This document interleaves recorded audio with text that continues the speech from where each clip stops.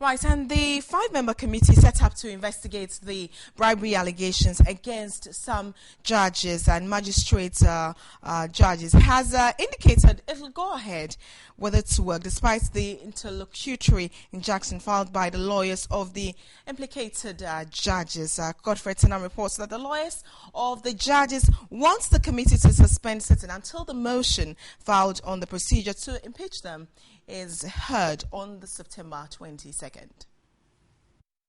The 14 Circuit Court judges and magistrates who were implicated in the bribery scandal have sued the 5-member committee set up to investigate the matter.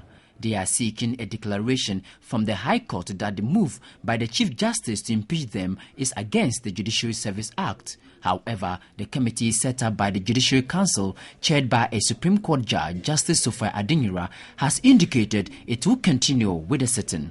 I informed the committee that we have filed an injunction and we don't expect them to proceed. But the committee informed us that in spite of the filing of that application, they were going to go ahead with further proceedings. And so Friday, they are determined to go ahead. But, you know, if they do that, that will be an act of contempt. The lawyers for the judges and the magistrates are unhappy with the decision of the committee. Some of the judges and magistrates were asked to come today. Others were asked to come tomorrow. And others were to come on Thursday. So those who are to come tomorrow are not here.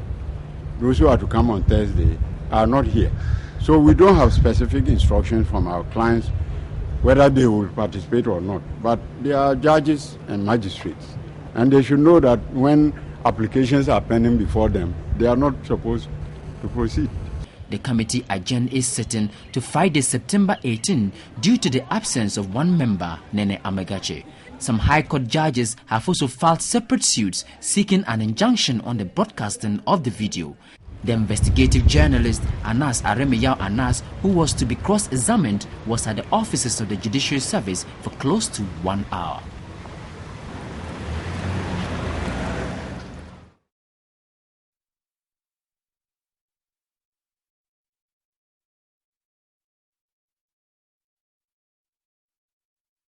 Right, and a law director of the Ghana School of Law, Kweku Anta Asari, has justified his call for the Chief Justice to resign in the wake of corruption allegations in the court. Now, he argued the buck stops with the Chief Justice and she must take full responsibility.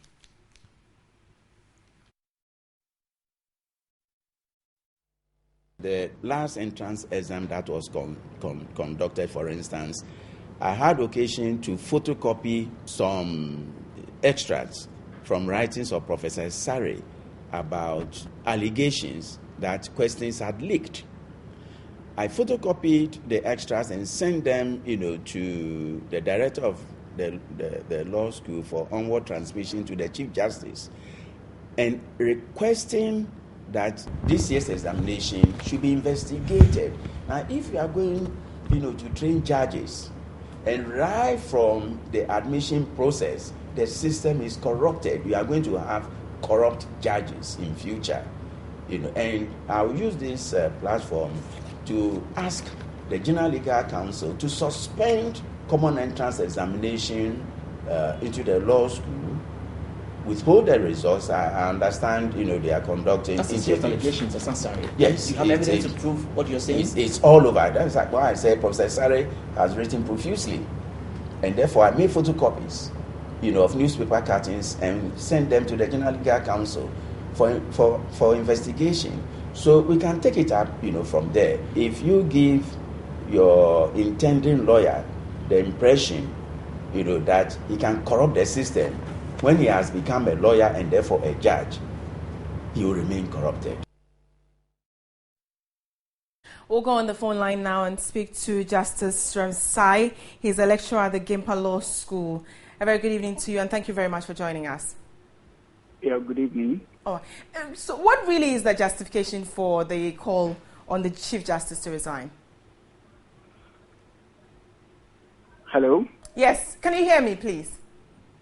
Yeah, I can hear you. Yeah, I'm asking what justifies the call on the Chief Justice to resign, to vacate her post? Well, I am not the one calling for the Chief Justice. So I don't. My understanding is that it is someone else who is calling for. Yeah, absolutely. Yeah. So are they justified? Are they justified in saying so? I am not the one calling for the Chief Justice to resign. So maybe all right. You would have to check with your producers. Justice Stremsai? Yes. Is there any justification whatsoever? Do you think that people are calling on her to resign? Do they have a case? Well, the question is, why are they calling on the Chief Justice to resign at this time? Because I was watching the news and I noticed that the reasons being given by the former director of the law school was for some entirely different thing, which is law school examination and entrance, stuff. I don't know why we are calling for the Chief Justice to resign. Is it in relation to the current scandal that has robbed the judiciary? Is that the reason for calling for the Chief Justice to resign? Yes, please.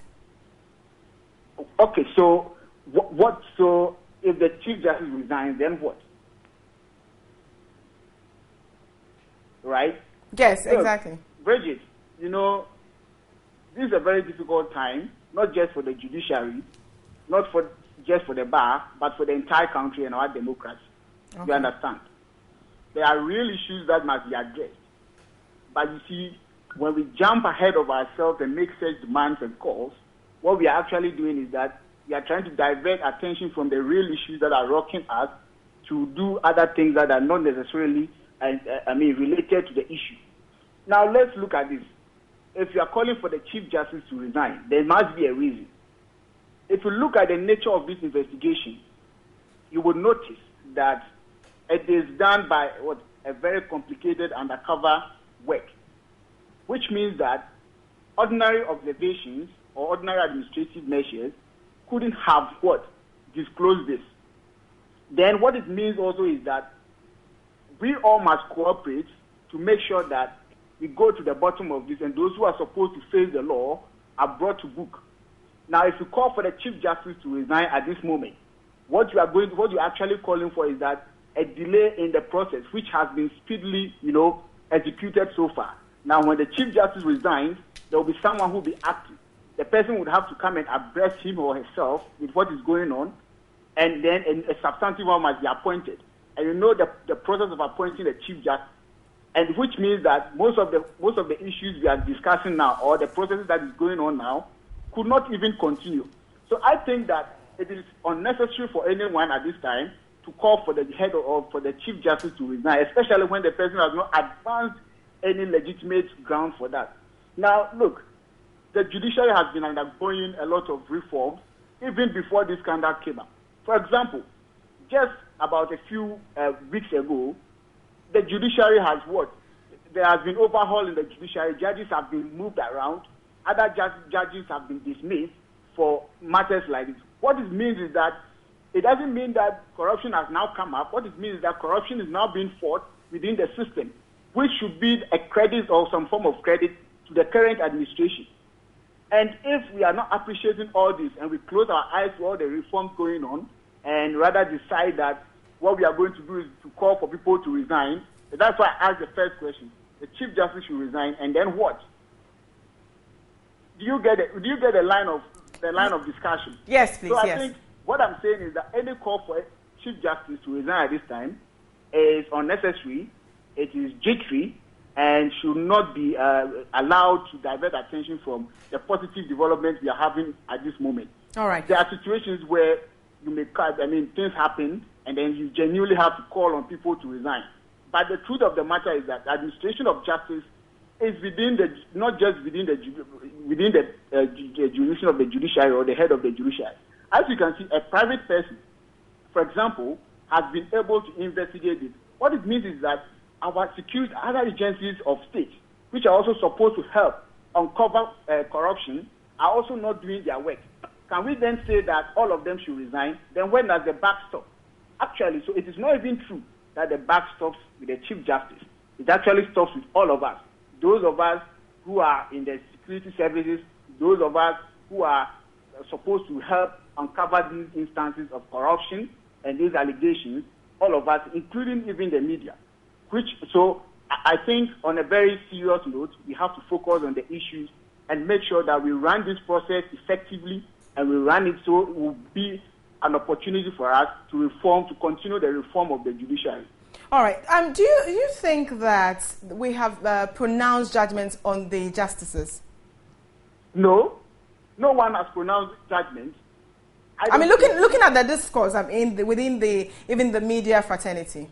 Look, the media is doing its work, carrying information to the people. The people are entitled to discuss the information that the media gives them. Is that not so? And as you can see, the real people who are in the position to take action, to pass judgment, as you and I know, as the committee in place, and they are just about to start their work. So how can we see? Unless we expect that when these matters come up, the media should be silent, the people of this country from whom justice emanates and is being administered by the judge should be quiet and put their hands in between their thighs and then watch what is going on until a few of us decide. So I don't believe that judgment has been passed on anyone. It is a normal course of things, normal process of what? Public discourse. It is what we actually expect in a democracy. So I think we should be allowed to discuss this, not just in our homes. We should discuss in our offices, in our churches, on every platform. These matters must be discussed. All right. Thank you very much for talking to us, Justice Shamsai. He's a lecturer at Gimpa Law School.